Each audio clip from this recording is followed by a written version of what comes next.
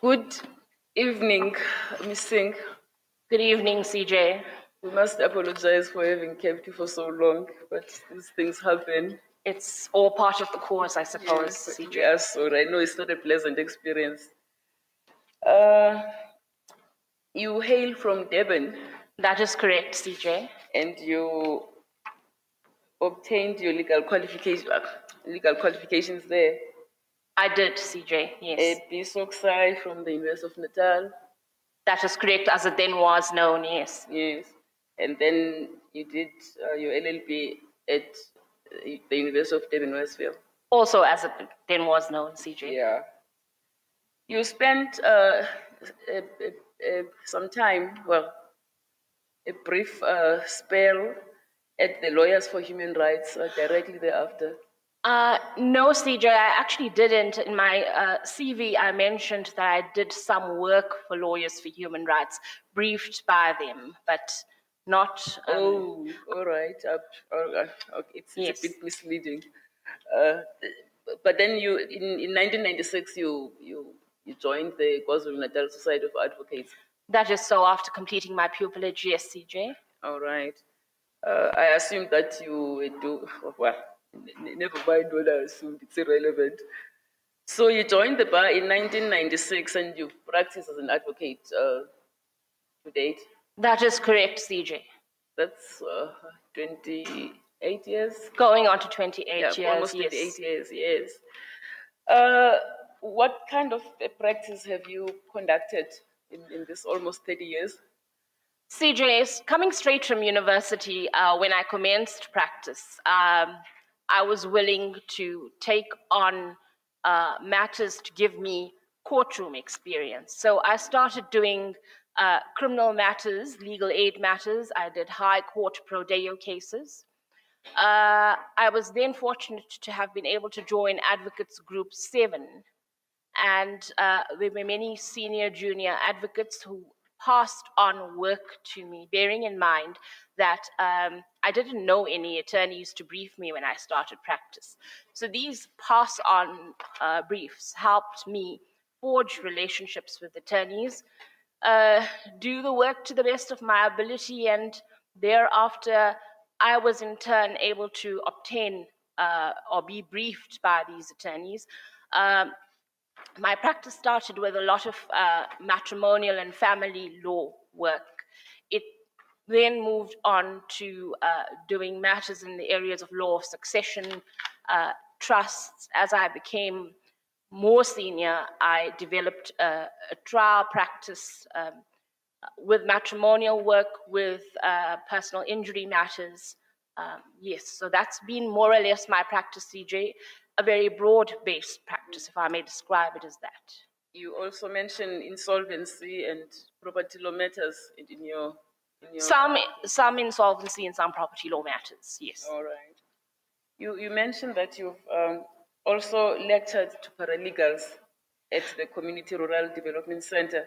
Yes, I did, CJ. I did for a brief period of time. It was on a voluntary basis where I would go on weekends and lecture to paralegals, more in the area of family law, maintenance matters. There was also a time when there were problems with applications for social grant matters, and paralegals would needed advice and to be trained on how to go into the community and assist the community with those types of issues. Yes. You've acted as a judge intermittently between 2004 and now. Yes, I have. Having been in May. May. Yes, CJ, I acted in 2004. I did a criminal session in Pietermaritzburg High Court, a criminal session. Thereafter, I began acting in 2023 again. As at the time I completed my application, I had acted until 31 May, but subsequent to that, I have done 2 further sessions, 1 criminal session and 1 civil session. So all in all, CJ, I've got about 43 weeks of acting. 23? 43. 43, oh, Yes. all right. And you've written judgments during this acting stance? I have, CJ, yes. On a About how rough many? tally, about 35 written judgments, excluding extemporary judgments. All right. Have any of those judgments been reported? No, they've been published, CJ. Okay. Any judgments reported in matters in which you participate as counsel? Yes, and I think I've made mention of it in my application, CJ. It's late in the day, my spirits are flagging, so you'll forgive me if I'm slow. Certainly, CJ. Well, if I feel like that, it must be worse for you. All right, I'm going to hand over to JP for your words. Thank to you, question CJ. you. Thank you, CJ. Good evening, Advocate Singh. Good evening, JP. I think you might get a benefit because it's late in the day, and try to be short because I am tired. By this time, almost all courts in the country have adjourned. Yes, yes. How were your acting stints? JP, I enjoyed all my acting stints tremendously.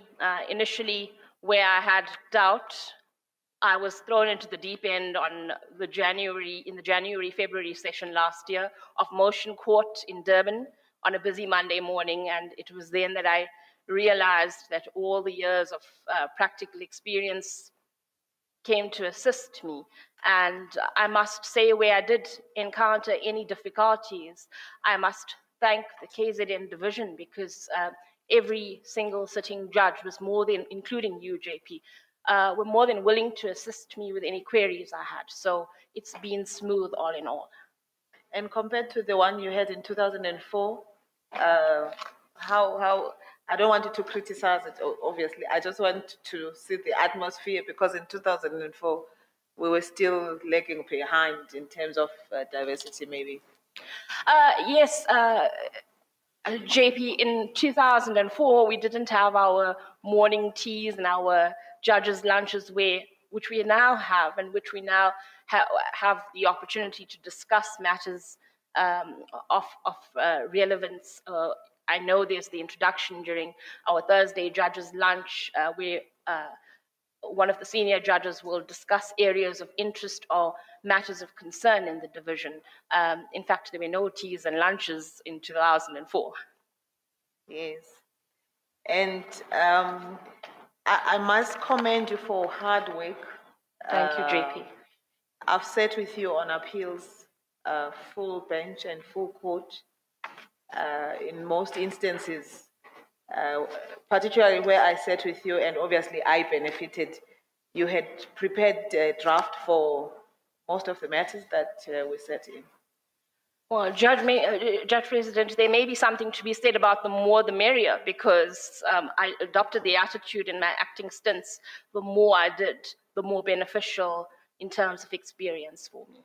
Yes, and I recall when you started acting, you almost had a conflict with some court staff because of the Lekedia style that they do things relaxed, and you wanted things sharp. And I had to remind you that this is government, not private practice, and it might be taken in another way, but not to allow them to be like that, but just for you to understand. Yes, JP, I'm actually very grateful for that lesson, because apart from just getting the experience of acting as a judge, there are many life experiences that one learns. Having come from private practice, maybe I was used to doing things in my style, if I may put it that way, and I've had to learn to deal with diverse personalities being on the bench. So yes, I'm grateful, and I've definitely learned something from that. And you have embraced our diversity to the extent that I think they have given you a clean name. What is it? I'm a Hadebe. Yes. And I proudly accept it too. Yes. The fee dispute committee that you are involved in, obviously that allows you to, well, makes you to know how to make unpopular decisions. But how does it work and what type of things that you adjudicate? Generally, JP, it's in terms of the GCB and Society of Advocates rules, and our power is very limited to determining the reasonableness of council's fees. As a committee, we do not involve ourselves in other disputes which may arise, but really it's the reasonableness of council's fees. Yes. And have you mentored any juniors in the past 28 years? I have had 4 pupils, all black pupils, 2 of whom were female. Aside from that, I have had in the groups that I belonged to junior members where I would always offer my service to them. I would pass on work to them. And as my practice has developed, where I've become more senior, and certain briefs do not require that level of seniority, I very readily refer my attorneys to counsel who are junior. But it goes a little more than just referring the attorneys to counsel who are more junior. I actively then check up on these juniors. If they have drafts of pleadings, I check up on that. I actively assist them in preparing for court where necessary. Yes. And the reserve judgments, what is the longest that you have reserved a judgment for? I think it would be 5 or 6 weeks, JP. I've had reserve judgments from 1 day, where I've reserved it for a day, or otherwise 5 or 6 weeks, but not longer than that. Yes, and I remember that at the beginning of one of the sessions, you were given a very huge matter, but you did not squeal, but just dealt with the matter. Yes, JP, that was an opposed motion where it involved almost 9 opposed applications, and it was set down for 2 days. I'm happy to say I finished it within 1 day, and I delivered my judgment within 3 weeks. Yes, and how many volumes was it? 9 volumes. Yes. Yes. And you've conferred with colleagues when you had doubt on any issue. Yes, and that is why I'm so grateful to the sitting judges of our division who have always readily assisted me. Yes, and maybe finally, what are the greatest attributes that you will bring to the bench? Firstly, I would say, JP, it would be my years of practical experience. I've got a very good work ethic. I'm not somebody to rest until I've gotten something done. So yes, it would be my very good work ethic. I'm a person of integrity. I'm also a very collegial person. I find it very easy to get along with people. And if I may say this, JP, I was part of one group of advocates for 18 years. And we have different personalities, but until we dissolved, for various reasons, people moving out to other buildings, I was part of that group for 18 years.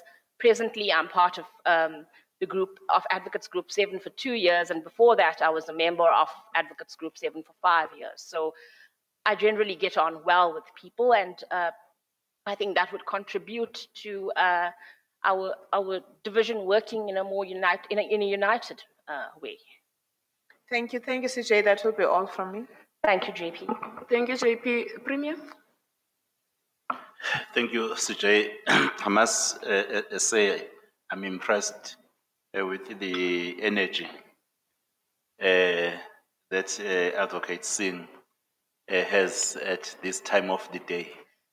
Thank you, Premier. I think it is years of hard work and working till late in the evening that has kept my spirits up over the years.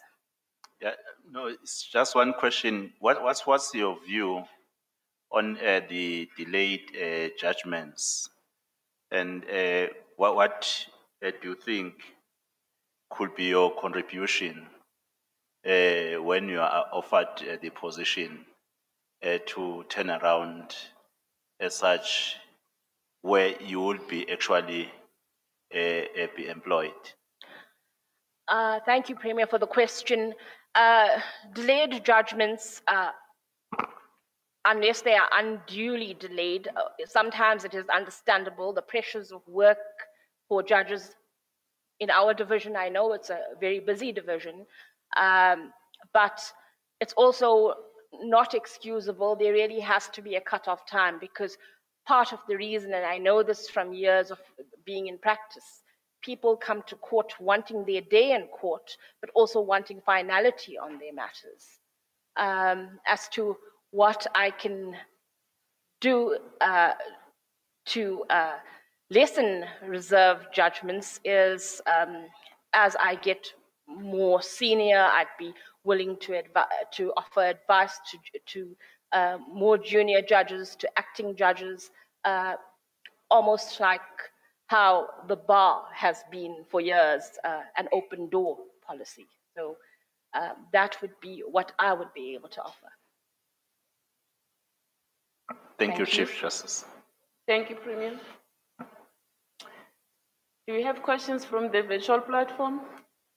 Thank you very much, CJ. I do have one question. Good evening, Advocate. Good evening, Commissioner.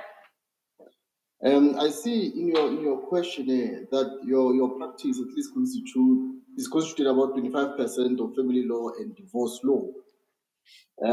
Is this something that you are quite familiar with? Family law and divorce law, yes, I've practiced a fair amount of it. All right. I have a question. Currently in practice, there's a serious problem, and I just want to get your thoughts on it. We see more and more members of pension funds resigning from their pension funds before a divorce can be granted. And we see more and more of these decisions coming in. I'm not sure, one, are you aware of this issue that is currently going on in practice? And how do you think this issue can be resolved to ensure that the other spouses are not prejudiced in terms of the claims that they may have on the pension fund of the member of the pension fund? Thank you for the question, Commissioner. I think that is a very difficult one to say, because one finds that in matrimonial matters, parties sometimes become bitter and antagonistic towards one another, and unfortunately, the only way for this type of issue to be resolved is for spouses to be familiar with one another's financial affairs. And should there be divorce proceedings, the spouse who is a non-member must perhaps take all steps to timeously advise his or her attorney that they suspect that there will be a resignation, and then the necessary steps in terms of court proceedings must be brought for this. Let me this is not something that you have came across in practice, right? I have come across it. Yes, Commissioner, I have. Generally, it was approached on the basis that an interdict is sought against the pension fund, obviously with the member of the pension fund being cited as a respondent. Oh, okay. No, Chief Justice, let me leave it there. Thank you very much. Thank you, Commissioner. Thank you, Prof. It does not. Oh, there is another hand. Commissioner Elikhanyan. Thanks very much, CJ. Good afternoon, Advocate Singh. Good afternoon, Commissioner. I want to start by saying that we cannot confidently say that we we have achieved with regard to the affirmation of women in this country, particularly in the judiciary and other sectors. If you were to be appointed, what becomes your commitment to lifting up the spirit and supporting other women, particularly those who belong to previously marginalized communities? Should I be appointed, then I am aware that the Office of the Chief Justice, or SAJE, runs various mentoring programs, various training programs, such as the Aspirant Judges Program. If I am called upon, and if in any way I can assist in that sort of training, then I will be more than willing to do so, Commissioner.